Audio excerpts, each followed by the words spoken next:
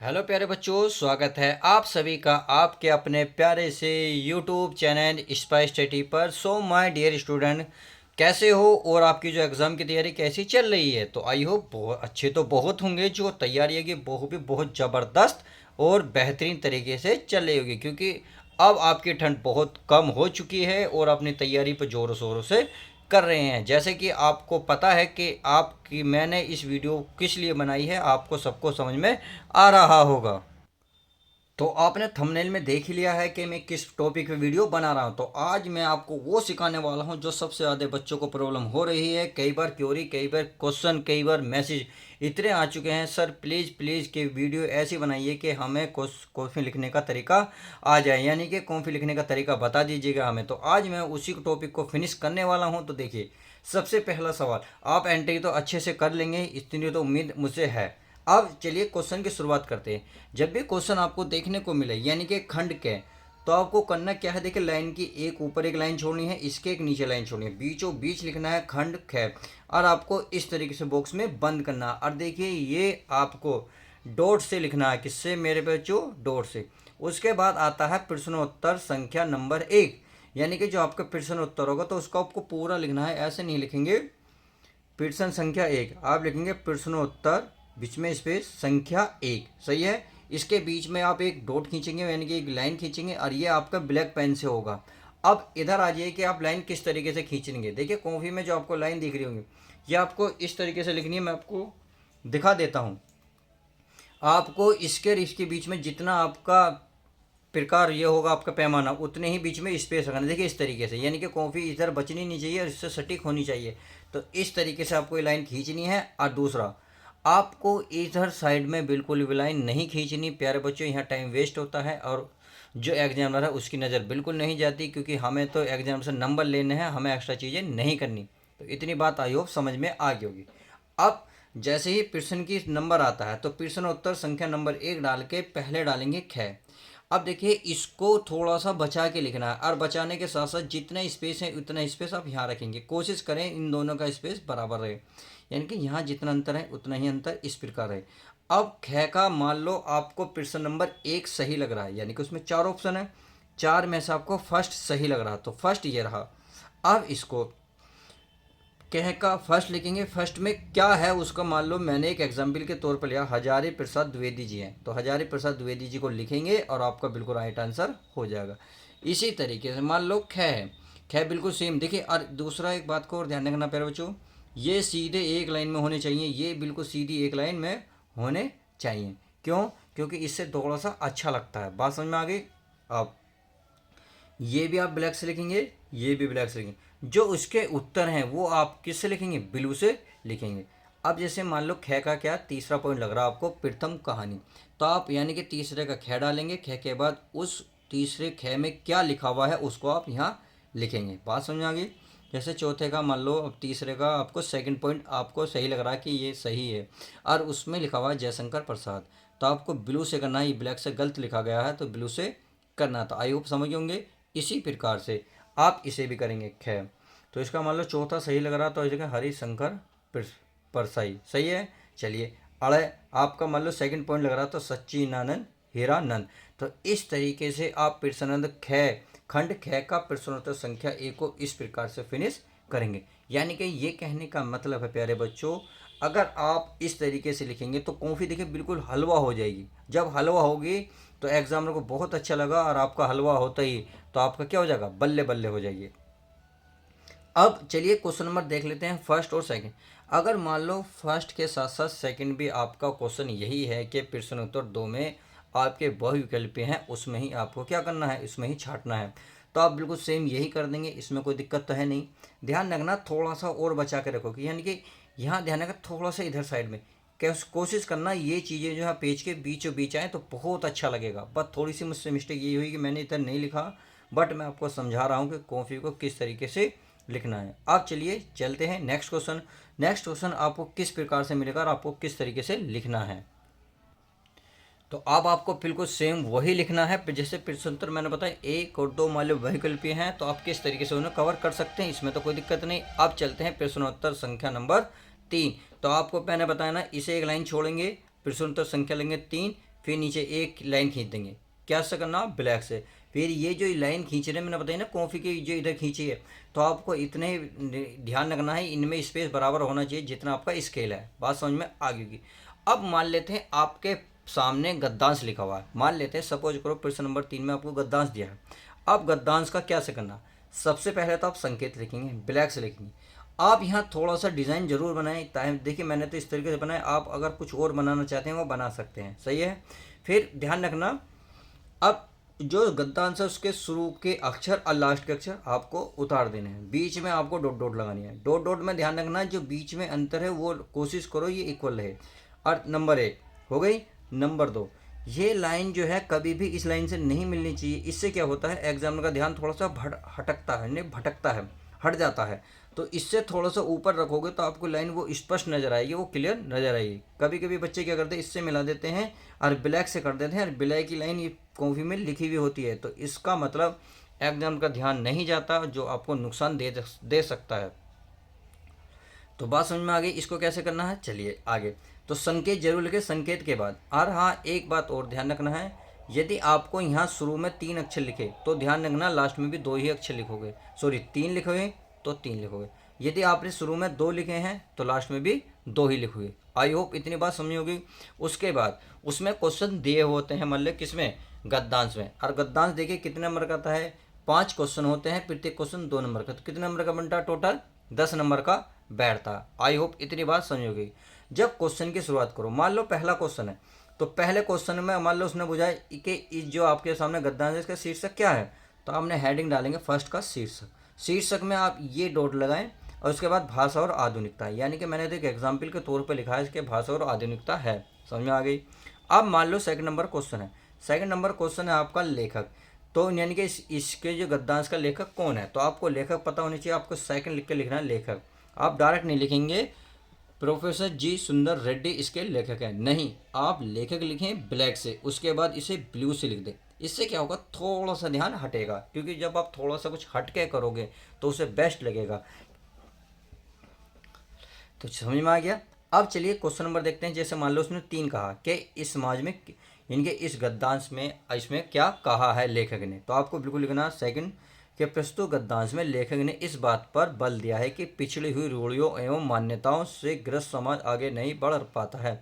ये तो मैंने एक प्रकार से गद्दांश में से ही लिया है ताकि आपको अच्छे से समझ में आ जाए।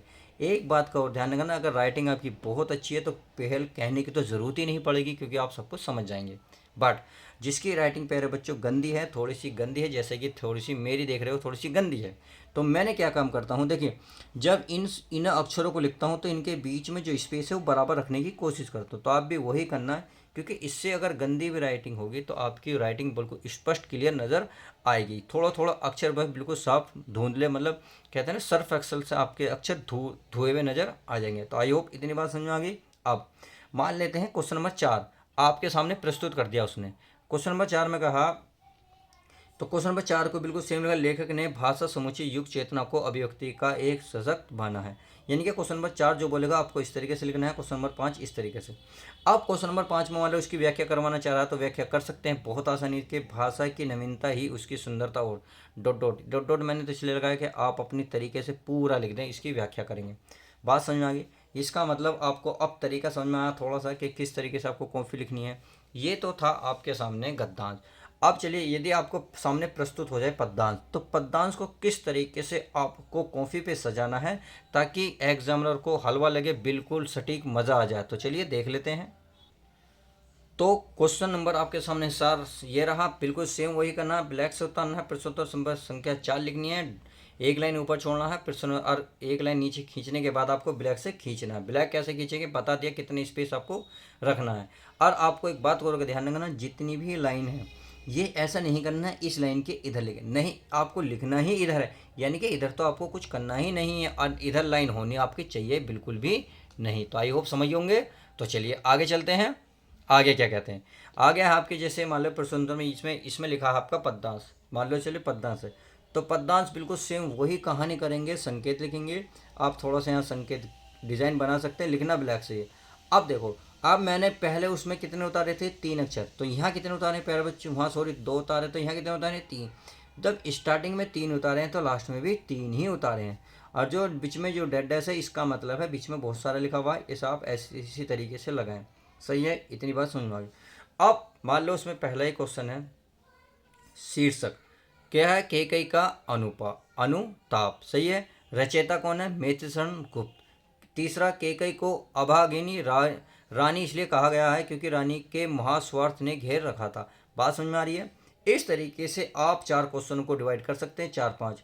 अब उसमें ये जरूर लिखें कि कौन सा इसमें अनुप्रास अलंकार है। अगर क्वेश्चन बोलता है तो बहुत अच्छी बात है, कोई दिक्कत नहीं है। नहीं बोलता है तो आपको ये चीज़ लिखनी है। देखिए, ये तो मैंने अपने पास एक एग्जाम्पल के तौर पे एक आपको कॉफ़ी लिखने का तरीका बताया है, समझ में आ गई। कहते हैं ना, कर दिखाओ कुछ ऐसा कि दुनिया करना चाहे तुम्हारे जैसा। तो आपको कॉफ़ी इस तरीके से लिखनी है कि आपकी कॉफ़ी की कॉफ़ी होने लग जाए। कहते हैं ना, ब्रांड होता है, कॉफ़ी कॉफ़ी होती है। तो आपको ब्रांड बनना है, बेहतरीन है। क्या कहते हैं कि भाग्य के भरोसे रहोगे तो उम्र निकल जाएगी, भाग्य के भरोसे रहोगे तो उम्र निकल जाएगी, मेहनत करोगे तो ज़िंदगी प्यारे बच्चों संवर जाएगी। तो बस इसी उम्मीद के साथ आपको ये गद्दा पद्दा समझ में आ गया। अब चलिए, अगर बच्चों के प्यारे बच्चों, अगर मान लो किसी का जीवन परिचय है, किस तरीके से लिखें, किस तरीके, क्योंकि अगर नंबर जीवन परिचय में पाने हैं, देखिए लिखने की कला होनी चाहिए बस। तो चलिए उसी कला को हम सीखते हैं, मिलते हैं अब जीवन परिचय के साथ। चलिए जीवन परिचय देख लेते हैं। तो ये रहा, मान लो प्रश्नोत्तर संख्या नंबर 5 है, मान लेते हैं। उसमें मान लो जितनी भी होगी आप हाँ तो लिख सकते हैं। एक लाइन छोड़ेंगे, क्या एक लाइन छोड़ेंगे। एक लाइन छोड़ने के बाद आप नीचे भी एक लाइन लिखेंगे, अंडरलाइन करा। अब इसको क्या करेंगे, ब्लैक से, ये भी ब्लैक से। अब मान लो जीवन परिचय में आपको बहुत सारे यानी कि 3 या 4 देते थे, उनमें से कहते हैं किसी एक का क्या साहित्य परिचय देते हुए उनकी प्रमुख रचना का उल्लेख कीजिए।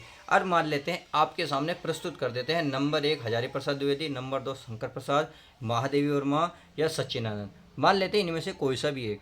तो आपको पसंद आता है कि हमें याद है डॉक्टर हजारी प्रसाद द्विवेदी का हम जीवन परिचय लिखना चाहते हैं, तो कौन सा है पहले का, कौन सा पॉइंट है वो ध्यान रखना। फर्स्ट सेकंड थर्ड जो भी होगा वो पॉइंट लिखेंगे, ब्लैक से लिखना, बचा के स्पेस ही है। सही है। और इन दोनों का स्पेस बराबर रखना। आपने हेडिंग डाली डॉक्टर हजारी प्रसाद द्विवेदी। बात समझ में आ गई। अब पहले सबसे पहले आप ये कोष्टक बहुत प्यारा बनाएंगे, क्योंकि देखिए आपको ब्रांड बनना है तो बनना है, नंबर बढ़िया लाने हैं तो लाने हैं। अब आपको संक्षिप्त परिचय जरूर दें। इससे क्या होगा, थोड़ा सा इन चीज़ों को देखिए एग्जामिनर थोड़ा सा खुश हो जाता है, इम्प्रेस होता है कि बच्चे पे बहुत प्यारा लिखना आता है। इसी पे आपको लगभग आधे से ज़्यादा नंबर वो दे के सीधा सीधा चला जाएगा। अच्छा समझ में आ गया। अब कैसे लिखना, आपको एक बॉक्स में बना लेना। बॉक्स को ध्यान रखना, इस लाइन से बिल्कुल टच नहीं करना, थोड़ा सा बचा के रखना। अब आपको ये पॉइंट लगा देने हैं। अगर पॉइंट लगाओगे तो अच्छा लगेगा, अगर यहाँ कुछ और संकेत करना चाहते हो तो कर सकते हो।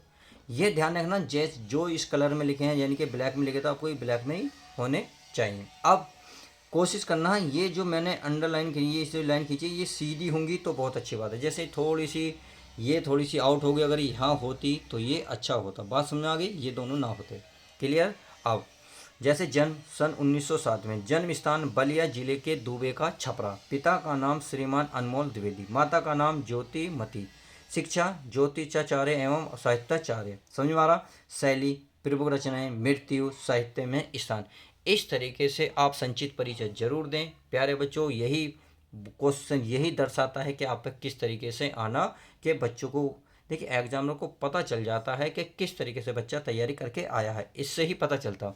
अगर आपके इतने ही याद हुआ, हिंदी जीवन परिचय तो कुछ भी लिख दो। अब जीवन परिचय इससे ही मिलकर बना होता है कि मान लो जैसे डॉक्टर हजारी प्रसाद द्विवेदी का जन्म सन 1947 में हुआ। उनका स्थान जो मतलब जन्म स्थान था बलिया जिले के दुबे छपरा में थे। वो बहुत गरीब थे। अगर उनकी माता का नाम बताया जाए, इनके माता का नाम ज्योति से था तथा पिता का नाम, यानी कि इसी से ही रिलेटेड क्या बनेगा, जीवन परिचय तैयार हो जाएगा। समझ में आ गया, बहुत अच्छा लगेगा। कहते हैं ना थकान होनी चाहिए ना ही हार होनी चाहिए, जीत के लिए निकले हो तो बस जीत होनी चाहिए। बस इतनी शिद्दत से या इतनी सिद्धांत से परिश्रम करो कि हार भी शर्म से हार जाए। तो बस इसी उम्मीद के साथ आपको समझ में सब कुछ समझा रहा हूँ, उम्मीद है क्लियर होगा। अब चलिए, ये तो बात रहा इतनी बात संक्षिप्त परिचय। अब देखते हैं जीवन परिचय को आपको किस तरीके से इसका लिखना है। अब आपको जीवन परिचय लिखना है तो देखिए उसका जीवन किसका, डॉक्टर हजारी प्रसाद द्विवेदी का। तो इस लाइन से बचा कर लिखें जीवन परिचय। यहाँ आप एक संकेत लिख सकते हैं। देखिए इसके सामने आपको लिखना बिल्कुल भी नहीं, यानी कि आपको सीधा आप नहीं लिखना है, इसके जस्ट नीचे थोड़ा सा बचा के ये स्पेस नज़र आना चाहिए। फिर आपने लिखना शुरू कर दो कि हिंदी के श्रेष्ठ निबंधकार आचार्य हजारी प्रसाद द्विवेदी का जन्म इतने यहाँ पिता माता पिता का नाम। ध्यान रखना ये जो लाइन है करीब 7-8 लाइन से ऊपर नहीं जानी चाहिए, ज़्यादा होंगी तो आपका टाइम वेस्ट होगा, क्योंकि वो आधे से ज़्यादा नंबर तो आपको पीछे बॉक्स में ही दे चुका है। यहाँ तो केवल औपचारिकता निभानी है आपको, समझ में आ गई। तो यहाँ 7-8 नंबर देना है, 7-8 लाइन निकली है। और आप फिर उसके बाद फिर ये पॉइंट जरूर लिखें। ये पॉइंट लिखोगे तो ये अच्छा लगेगा। ये क्या, साहित्यिक परिचय। साहित्यिक परिचय आपको जरूर देना है। साहित्य जैसे आपके द्विवेदी जी हिंदी साहित्य के प्रख्यात निबंध का इतिहास लेखक, आप वगैरह वगैरह जो लिख सकना चाहें लिख सकते हैं, जो आपके याद है। इसको ध्यान रखना, आपको एक ही पेज पे दोनों को कवर करना है। बहुत अच्छा लगेगा, उसे बहुत खुश हो जाएगा कि बच्चों को सही तरीका और सही कंट्रोल में शब्दों में लिखा हुआ है। क्योंकि ज़्यादा शब्दों का इस्तेमाल करोगे आपका टाइम भी वेस्ट होगा। फिर एग्जामिनर क्या होता है, बोर हो जाता है, उसे ज़्यादा चीज़ें पसंद नहीं होती। सटीक लिखो बिल्कुल, पर निशाने पे मारो ताकि उसको सीधा सीधा मज़ा आ जाए। कहते हैं जो खोया है उसमें बेहतरीन पाएंगे, जो खोया है उससे बेहतरीन पाएंगे। सब रख मेरे दोस्त, दिन मेरे भी आएंगे। तो आपको अपने दिन लाने हैं, बस अपने दोस्तों से कह दो सब रख आएंगे दिन मेरे भी। तो इतनी बात समझ में आ गई। अब देखिए इसकी रचना किस प्रकार से लिखनी, यानी कि पहले जीवन परिचय हो गया, फिर साहित्य परिचय। अब देखते हैं इसका जीव रचनाएं। अब ये रही इसकी रचनाएं। तो रचनाएं आप हेडिंग डाल के रहेंगे, इनकी प्रमुख रचनाओं का विवरण निम्नवत है। यानी कि देखिए हिंदी में शुद्ध हिंदी का वो करें, ये नहीं करें कि हिंदी कटौती करने की कोशिश करें कि इनकी रचनाएं निम्न है, इनकी रचना अभी अभी नीचे देखें, नहीं, ऐसे शब्दों का इस्तेमाल नहीं करना। बिल्कुल सटीक कोशिश करनी है हिंदी लिखने की। इतनी बात समझ में आ गई। अब आपको उसका निबंध संग्रह जैसे इतिहास उपन्यास कौन कौन से, ये आप अलग अलग लिखने की कोशिश करेंगे तो उसे बहुत प्यारा। क्योंकि देखिए आपको जो संक्षिप्त परिचय था वहाँ जाने के बाद सीधी वो निबंध पे ही आएगा, यहाँ इनके अपराज को रचना पे ही आएगा, बीच में कुछ नहीं देखने का। या साहित्य परिचय थोड़ी सी झलक मारेगा। इसका मतलब आपने ये कर तो ही पूरे पूरे नंबर पाए। यदि मान लो अगर 10 नंबर का जीवन परिचय या 8 नंबर का 5 नंबर का जितने नंबर का आपको पेपर में देखने को मिलेगा वो पूरे पूरे नंबर दे के जाएगा। कोशिश करना। देखिए ये थोड़ा स्पेस है और इनके सामने आप चाहे तो ब्लैक से लगा सकते हो या ब्लू से लगा, तो इससे कोई फ़र्क नहीं पड़ेगा। बट ये आपको ब्लैक से ही लिखने होंगे। क्या, ये आपको ब्लैक से लिखने होंगे। इस लाइन का ध्यान रखना, आपको इस इधर लाइन नहीं खींचनी है, आपको इधर ही लाइन रखनी है। समझ में आ गई। अब कोशिश करना इधर भी थोड़ा सा स्पेस बचा रहे। ये जैसे कि मेरा थोड़ा सा बचा है, परंतु ये होना तो नहीं चाहिए, ये थोड़ा सा इधर यहाँ से हटना चाहिए। जैसे इतना बचा हुआ है तो ये बचा हुआ होना चाहिए। तो आई होप आज की वीडियो बहुत अच्छी लगेगी, समझ में भी आई होगी कि किस तरीके से हमें क्या करना है। तो चलिए, उम्मीद है करते हैं और किसी और वीडियो के साथ मिलते हैं। जब तक के लिए दोस्तों good bye, take care, love you guys. यदि वीडियो पसंद है प्लीज़ लाइक करना ना भूलें। मिलते हैं किसी और नेक्स्ट वीडियो में।